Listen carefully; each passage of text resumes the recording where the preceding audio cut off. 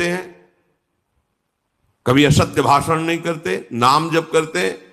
वो अगर बोल दे होश में हो जाना, बिल्कुल सत्य, क्योंकि उनकी वाणी की सामर्थ्य जागृत हो चुकी है।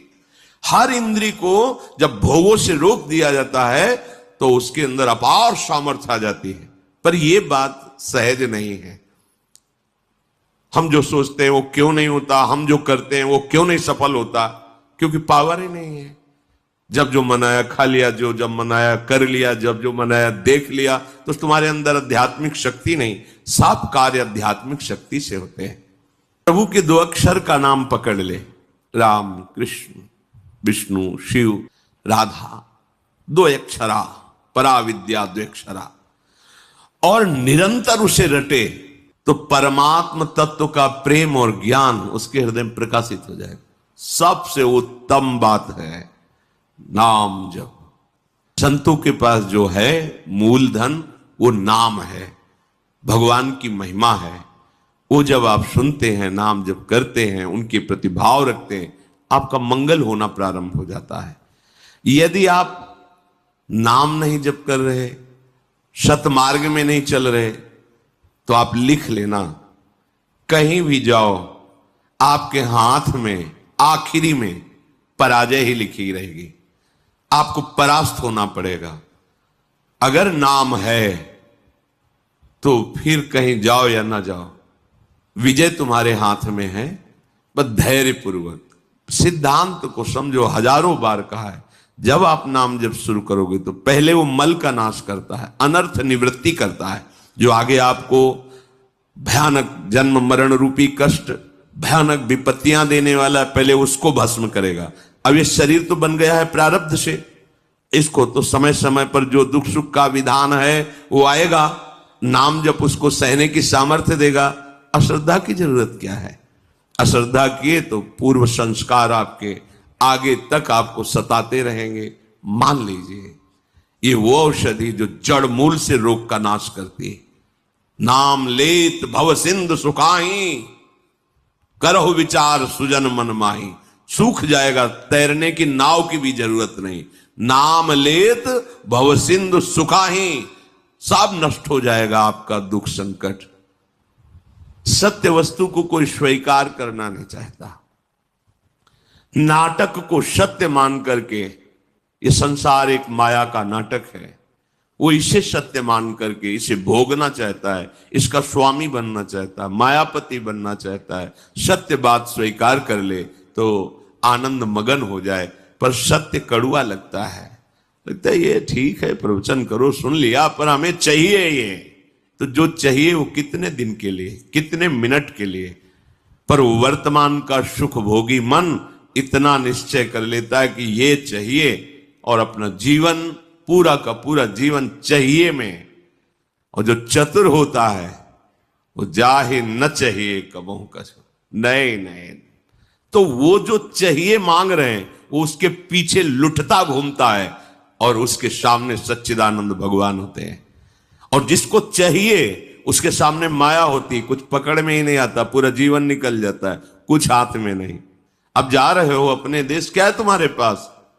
कुछ नहीं। यही चिंतन है, ये चिंतन तो आगे का जन्म निर्णय कर देगा।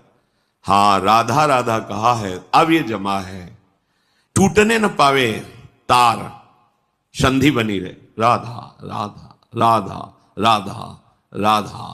तो क्या बोले? ये 2 अक्षर ही तुम्हें परमात्म तत्व का ज्ञान और प्रेम प्रदान कर देंगे। बहुत पढ़ने की जरूरत नहीं है। सैकड़ों शास्त्र हैं, सैकड़ों शास्त्रों के वाक्य हैं, क्या क्या पकड़ोगे? जीवन बहुत थोड़ा है, क्या करें? बस नाम पकड़ लो। एक बार ऐसा मान करके, लाभ मिले ना मिले, हानि हो, नरक मिले, दुख मिले, सुख मिले, एक बार संतों की बात मान लेते हैं भाई। बहुत माना है सबकी बात, एक बार मान लेते हैं। अब जब तक श्वास रहेगी नाम जपेंगे, निहाल हो जाओगे, देख लेना। पर ये ऐसा नहीं कि कुछ दिन ऐसे थोड़ा जपे और देखें कि लाभ हुआ कि नहीं। तो लाभ तो हुआ है, पर तुम देखने लायक नहीं हो उस लाभ को। तुम्हारे अंदर दिव्य दृष्टि थोड़ी जागृत हो गई कि हमारे पूर्व संस्कार इतने जमा थे, नाम ने भस्म कर दिया। अब वो देखो तो नाच पड़ो, पर वो तो दिखाई नहीं देता। वर्तमान की विपत्ति दिखाई देती है, जो शरीर रचने के समय निर्धारित कर दी गई थी कि इस तिथि को इस समय से ये तुम्हें दंड मिलेगा। अब नाम पहले पीछे का तुम्हारा भस्म कर रहा है। अब अज्ञानी जी वो सोच रहा है हम पीछे थे भी कि नहीं थे, हम तो अभी देख रहे हैं। तुम्हारे देखने से नहीं है, तुम्हारे अनंत जन्मों का हिसाब जमा हुआ। तुम अविनाशी जीव हो, बार बार शरीर पकड़ते हो और छोड़ते हो, उसके बीच में जो कर्म होता है तुम्हें उसको भोगना पड़ता है। ये भागवतिक सिद्धांत है, तुम्हारे ना कहने से थोड़ी हो जाएगा। तो जो बोध है, मोक्ष है, प्रेम है, ये आपको सहज में प्राप्त हो जाएगा यदि दो अक्षर द्व्यक्षराद अभिसंधाय अपनी जीभ से जोड़ते रहो, राधा राधा राधा राधा। जिसके मन में इस बात पर विश्वास न हो, संशय भरा रहे, तो सुन ले, ना उसे इस लोक में ना परलोक में उसे सुख की प्राप्ति नहीं हो सकती। हित ध्रुव जो विश्वास है तब ही सुधरे बात, ना तरु माया पंथ में फिरे जो टक्कर खात। ए नाम पकड़ लो, मान जाओ हृदय की बात कहते, ऐसा बचाता है, पूरे जीवन देखा है। अगर वो ना हो तो माया ऐसे जाल रचती है कि लगता है अब क्या, तब लगता है नहीं, ये चकाचौंध माया की नाम नाम, वो एक इतना मजबूत पकड़, वो फिर माया हिला नहीं पाती, वो पकड़ पार हो जाता है। ऐसे ऐसे मगरमच्छ हैं इस माया में कि लील जाए पता भी न चले कि वो था भी कि नहीं था। बिल्कुल मान लीजिए, इस लोक में परलोक में कहीं भी सुख नहीं मिलता जो संशयात्मा, और भगवान ने भी कहा संशयात्मा विनश्यति, जो संशयात्मा है उसका नाश हो जाता है। नाश का मतलब पतन हो जाता है। ज्ञान मोक्ष तो बहुत दूरी की बात है, उसे शांति सुख भी प्राप्त नहीं होता। इसलिए जो ज्ञान वृद्ध पुरुष हैं उनके कथन पर ध्यान दे। मार्कंडे जी कह रहे हैं, वयोवृद्ध नहीं कह रहे हैं, जो ज्ञान वृद्ध हैं उनके कथन पर ध्यान दे, उनके वचनों पर ध्यान दे। उनके वचनों से तुम्हें शास्त्रों का वास्तविक प्रयोजन क्या है ये पता चल जाएगा कि हमारे जीवन का प्रयोजन क्या है। हम जिए चले जा रहे हैं, कर्म करते चले जा रहे हैं, भोगते चले जा रहे हैं, मेरा लक्ष्य क्या है, मेरा विश्राम स्थल क्या है। तब आपको समझ में आएगा विश्राम स्थल भगवत प्राप्ति है। इंद्रियाणाम प्रसादेन तदेतत् परिवर्जयेत् तस्मादनशनम दिव्यम निरुद्धेन्द्रिय गोचरम। अतः मेरी बात ध्यान से सुनो, सबको चाहिए कि इंद्रियों को पवित्र कर लो। तो इंद्रियों के पवित्र तीर्थ स्नान से नहीं होंगे। कैसे होंगे? निषिद्ध विषय भोगों का त्याग करने से इंद्रियां और मन पवित्र हो जाता है। जो धर्म कहता है भोग लो, धर्म विरुद्ध यदि भोग भोगा, हर इंद्रिय का भोग है। जैसे खान पान के लिए सात्विक भोजन, अच्छे से 56 भोग बनते हैं अपने, 56 भोग प्रभु को जब भोग लगते हैं। देखो बिहारी जो राधा 56 भोग बनते, कितने सुंदर सुंदर स्वादिष्ट पदार्थ। अब निषिद्ध भोग, प्याज लहसुन मांस मछली, ये सब गंदी चीजें जो तमोगुण पैदा करके राक्षसी वृत्ति का निमंत्रण दे दे। एक एक इंद्री का विषय हो।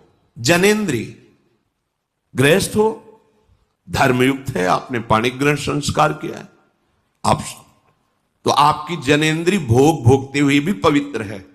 नेत्रेंद्री, अपनी बहन को कैसे देखते हो, अपनी मां को कैसे देखते हो, अपनी बेटी को कैसे देखते हो, ऐसे दूसरे की बहन दूसरे की बेटियों में जिससे पाणिक ग्रहण किया है वो पत्नी है। इसके अलावा शास्त्र का आदेश है, नेत्रेंद्री पवित्र तभी होगी जब आपका दर्शन सही होगा, तभी तो ये भगवत दर्शन करने के अधिकारी बनेंगे। चाहे लाख समझाओ, पर ये मनमुखी चाल चलने वाले मानते नहीं हैं।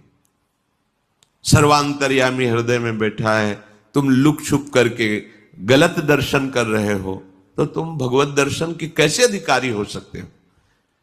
इंद्रियां कब पवित्र होती हैं? जब निषिद्ध भोगों का त्याग कर दिया जाता है। ये तीर्थ स्नान दान से पवित्र नहीं होती। शास्त्र सम्मत भोगों को भोगिए, निषिद्ध भोगों का त्याग कीजिए, तो मन सहित पांचों ज्ञान इंद्रियां पवित्र हो जाएंगी।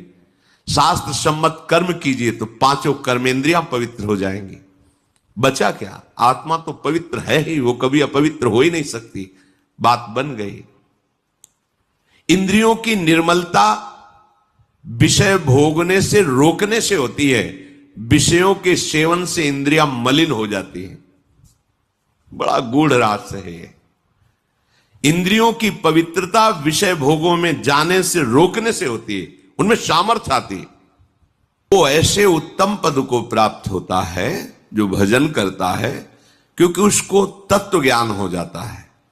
तत्व ज्ञान हो जाने पर उसके ऊपर रोगों का प्रभाव नहीं पड़ता, जरा वृद्धावस्था का प्रभाव नहीं पड़ता, और मृत्यु का भी प्रभाव नहीं पड़ता, और उत्तम पद की उसको प्राप्ति होती है। अगर वो मोक्ष चाहे तो मोक्ष, प्रेम चाहे तो प्रेम। तत्व ज्ञान उसे वेदांत पढ़ के नहीं करना होगा। नाम में इतनी सामर्थ्य है कि आप नाम को पकड़ के निरंतर चिंतन में लाइए तो तत्व ज्ञान हो जाएगा।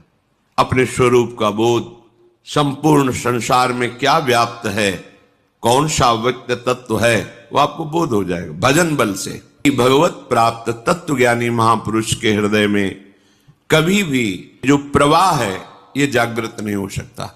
जैसे भुने हुए दाने में अंकुरण नहीं होता। इसके हृदय की अविद्या नष्ट हो जाती है। बिल्कुल हृदय में कोई चिंतन का क्लेश नहीं, आत्मा आनंद से परिपूर्ण हृदय हो जाता है।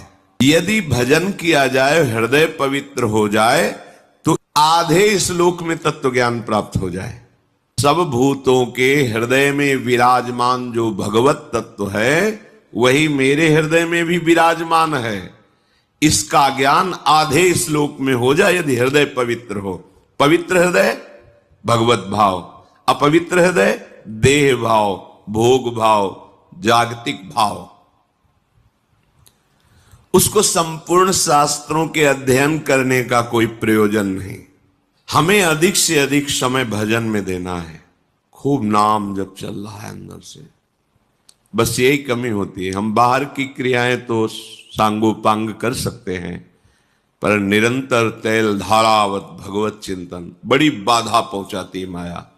तत्व ज्ञान प्राप्त करने के लिए कोई प्रयास की जरूरत नहीं, भजन करो, भजन करो। भगवान शंकराचार्य जी तत्व ज्ञान प्रदान करने के लिए ही आचार्य रूप में प्रकट हुए। वो कह रहे हैं कि तत्व ज्ञान में सबसे श्रेष्ठ है भक्तिरीव गरीयसी, भक्ति। अगर भगवान की भक्ति की जाए तो बहुत जल्दी तत्व ज्ञान प्राप्त हो जाए। भगवान शंकराचार्य जी भी एक एक कवल अन्न पाने जिससे क्षुधा निवृत्ति, तुष्टि पुष्टि होती है, ऐसे ही एक एक क्षण भजन करने से आपके हृदय में अपने स्वरूप का ज्ञान, प्रभु के चरणों में प्रेम और संसार का ज्ञान, पूरा कुछ पढ़ना लिखना नहीं पड़ेगा। आप भजन कर रहे, सत्संग सुन रहे, भजन करते रहिए, अपने आप ज्ञान स्फुरित होता चला जाएगा। पर सबसे कठिन इस संसार में है भजन करना। कोई माने या ना माने, कुछ कठिन नहीं, सबसे कठिन है भजन करना, क्योंकि ये अंदर की बात है।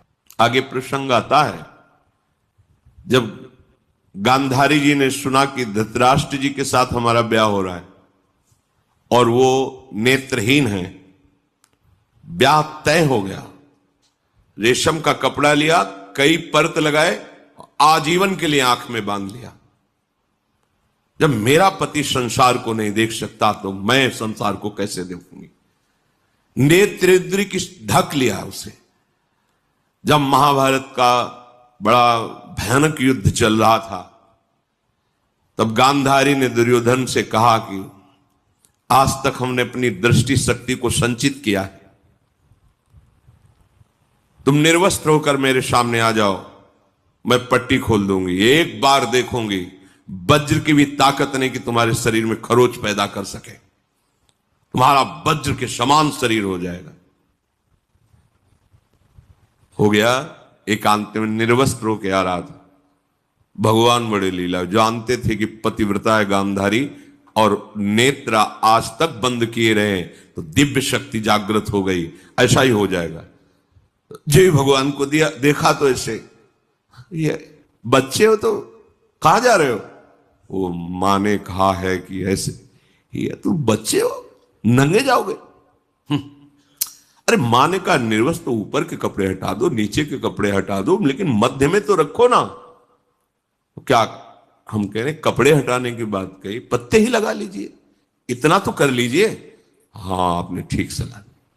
जे गांधारी ने पट्टी खोली, शाम ने देखा, तो आज्ञा का पालन क्यों नहीं हुआ, निर्वस्त्र क्यों नहीं रहे? वो क्या बोले कि श्री कृष्ण ने समझाया है, जा यहीं से तोड़ा जाएगा तेरा, यही तेरी मृत्यु का कारण बनेगा। बेटा तूने चूक कर दी, यहीं से तू कमजोर हो। वही मारा था, जहां मारते थे तो चिंगारियां उठती थी गदा की, कहीं कुछ भी नहीं हो रहा था दुर्योधन का, लेकिन वहीं तोड़ा। जंगा से ऐसे पत्ते बांध लिए थे, वहीं तोड़ा, वहीं से उसका एक नेत्र शक्ति को रोक लिया। तो कितनी बड़ी सामर्थ्य। जो वाणी से मौन रहते हैं, कभी असत्य भाषण नहीं करते, नाम जप करते, वो अगर बोल दे होश में हो जाना, बिल्कुल सत्य हो, क्योंकि उनकी वाणी की सामर्थ्य जागृत हो चुकी है। हर इंद्री को जब भोगों से रोक दिया जाता है तो उसके अंदर अपार सामर्थ्य आ जाती है। पर यह बात सहज नहीं है। हम जो सोचते हैं वो क्यों नहीं होता, हम जो करते हैं वो क्यों नहीं सफल होता, क्योंकि पावर ही नहीं है। जब जो मनाया खा लिया, जो जब मनाया कर लिया, जब जो मनाया देख लिया, तो तुम्हारे अंदर आध्यात्मिक शक्ति नहीं। सब कार्य आध्यात्मिक शक्ति से होते हैं। थोड़ा तो समझिए, थोड़ा तो अपनी इंद्रियों पर शासन कीजिए। इंद्रियों में सामर्थ्य और निर्मलता आती निरोध, निरोध माने रोकने से। विषयों का जितना शास्त्र आदेश करता है उतना स्वीकार, शेष विरोध, वो आगे भजन कर सकता है। जो ये लोग कहते भजन नहीं बनता, तो मनमानी आचरण बनते हैं ना, इसीलिए भजन नहीं बनता। शास्त्र क्या आज्ञा कर रहा है? तपसा स्वर्ग गमनम भोगो दानेन जायते, ज्ञानेन मोक्षो विज्ञेयस तीर्थ स्नान दघक्षया। तीर्थ स्नान से पाप नष्ट होते हैं, तपस्या से स्वर्गलोक की प्राप्ति होती है, दान से अधिक भोगों की प्राप्ति होती है। आप जो दान कर रहे हो कई गुना बढ़कर आपको मिलेगा अगर सत्पात्र को हुआ है। पर यदि भगवत तत्व का ज्ञान हो गया है तो आवागमन मिट जाता है, सारे कष्ट मिट जाते। वो केवल भगवत तत्व के ज्ञान से ही होगा, वो तुम्हारे दान पुण्य से नहीं। वो सत्संग के द्वारा प्राप्त विवेक से भजन करते हुए जो भगवत तत्व का बोध होता है, वो आवागमन चक्र को मिटा देता है। इस जन्म में मनुष्य जिन जिन पदार्थों का उत्तम पात्र को दान करता है, भावी जन्म में उसे वो पदार्थ बहुत मात्रा में प्राप्त होते हैं। श्री मार्कंडेय जी ने कहा, विज्ञानार्थम मनुष्याणाम मनः पूर्वम प्रवर्तते, तत्प्राप्य कामम भजते क्रोधम च द्विजशतम। इंद्रियों द्वारा जिस विषय का ज्ञान होता है, ये बहुत सुंदर पदार्थ, खा लिया जाए, ये बहुत सुंदर भोग है, भोग लिया, पहले इंद्रियां ज्ञान देती है, ये बहुत सुंदर, बहुत अच्छा है। अगर आप उस समय उनका विरोध नहीं कर रहे हैं तो फंसा लिए। चतुर उपासक हो, जब वो आपके सामने भोगाकर्षण प्रकट कर रहे, उसी समय विवेक के द्वारा, बहुतों ने इसको भोगा सुखी हो जाते हैं ना, बहुत जन्म में तुमने भी भोगा सुखी हो जाते हैं ना, नहीं है ना। हम धर्म विरुद्ध आचरण नहीं कर सकते, अभी तक किया, अब नहीं करें, ये शुरू कर दिया विरोध, अब वो जलाएगी। प्रमथन स्वभाव वाला मन, प्रमथन स्वभाव वाली इंद्रियां जलाएगी, उसको तुम सह जाओ। बस सहन नहीं कर पाते। हम बहुत कुछ सहन कर सकते हैं। देखो, अगर आपको जरा सा भी ऐसे अंगूठा दबाया जाए तो आपको कष्ट, आप कहोगे मैं नहीं सहन, लेकिन हाथ टूट जाता है, सहते हो ना, पैर टूट जाता है, सहते हो, जीवित रहते हो ना, भारी से भारी ऑपरेशन बड़े से बड़ा हो आप सह जाते हो ना, क्योंकि आपके केवल सहने की स्वीकृति की जरूरत है। अपने स्वरूप को न कभी कष्ट हुआ है न कभी होगा। देह में जितना भी कष्ट आता है वो आपकी स्वीकृति के कारण आपको भासता है। आप जितना देह को मैं माने हुए उतना ही कष्ट होता है। तो अंतःकरण में जो ये इंद्रियां जलन कर, ये तो आप सहज में सह सकते हो। आप बड़े वीर हो, बड़े बड़े कष्टों को सहते हो। देखो कितना कष्ट होता है मां को जब वो 9 महीने गर्भ को धारण करती है। प्रसव में कितना कष्ट होता है, पर उस सब सह करके अब अपने जरा विचार करो, अगर थोड़ा ज्यादा हो जाए, गैस बन जाए पेट में तो कैसा लगता है। वो हमें पूरा 9 महीने धारण किए रहे, सब कष्ट सह सकते हो आप भगवान के अंश हो। ये जो आप डर जाते हो ना कि मन की बात अगर नहीं पूरी करेंगे तो ये बराबर जलाता रहेगा, नहीं जलाता नहीं रहेगा, वो जल के शुद्ध हो जाएगा। अगर मैंने अपने मन और इंद्रियों की बात नहीं की तो मैं जी नहीं पाऊंगा। ये केवल डरा रहा है, तुम जी नहीं अमर हो जाओगे अगर ये बात तुम स्वीकार कर लो कि तेरे प्रेरित किए हुए गलत मार्ग में मैं नहीं चलूंगा। इंद्रियों द्वारा किसी विषय का ज्ञान जब आपको कराया जा रहा है, बहुत ध्यान से साधक उपासक जन सुने, तो वो सबसे पहले मन को घसीटती है इंद्रियां, अपने में मिलाती है, क्योंकि ये इंद्रियों का नेता है। अगर ये ना कर दे तो कोई भी इंद्रिय अपना कार्य नहीं कर सकती। जैसे मन किसी विषय में गाढ़ मनन कर रहा है, कई बार हमने देखा है आप क्या बोल रहे हो, बात हो गई, सब हो गई, बाद में आपने पूछा कि आपने तो हाँ कह दिया था। नहीं, हमें पता नहीं कि हमने हाँ कहा। और देखो जब तुम्हें हाँ करवाना हो तो 3-4 बार हमसे बोलो कि आप सुन रहे हो ना, सुन रहे हो ना, और जब फिर हम हाँ कहें तब हाँ मानना, पहली बात में हाँ मत मान लेना, क्योंकि अब हाँ ठीक है ऐसा क्या। तो देखा गया कि अगर मन कहीं लगा हुआ है तो इंद्रियां भी नहीं पकड़ पाती कि आप क्या बोल रहे हैं, कौन आया, कैसे है। वो हो रहा है सब, पर पकड़ में नहीं आएगा, वो स्मृति में नहीं आएगा। अगर मन अपने साथ हो जाए तो इंद्रियां कुछ नहीं बिगाड़ सकती। पर क्या होता है, विषय का ज्ञान कराने वाली इंद्रियां सबसे पहले मन को अपने में घसीटती। जहां अपने मन में इंद्रियों की प्रीता विषय भोगों में, और वो तीनों एक हुए, और अगर बुद्धि में विवेक नहीं है तो मन तत्काल बुद्धि को अपने अधीन कर लेता है। इस कहने में बहुत देर लग गई, अधीन करने में नहीं लगता।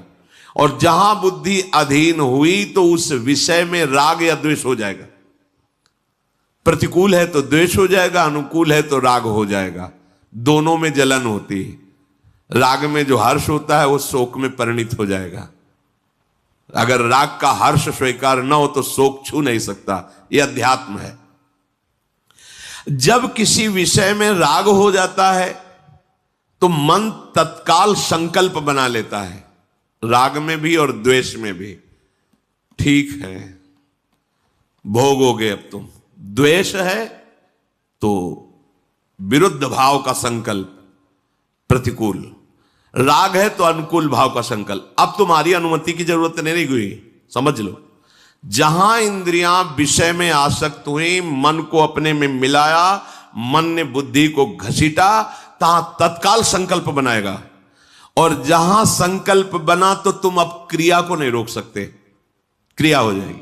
क्रिया आरंभ हुई कि अभीष्ट उसका फल तुम्हें भोगना पड़ेगा। अभीष्ट उसका परिणाम, अशुभ शुभ जैसी क्रिया बन रही उसका फल भोगना पड़ेगा। इसके कहने का क्या तात्पर्य, आप पहली ही दशा में रोक सकते हो। जब कोई विषय इंद्रियों को आकर्षित कर रहा, उसी समय विवेक से सावधान।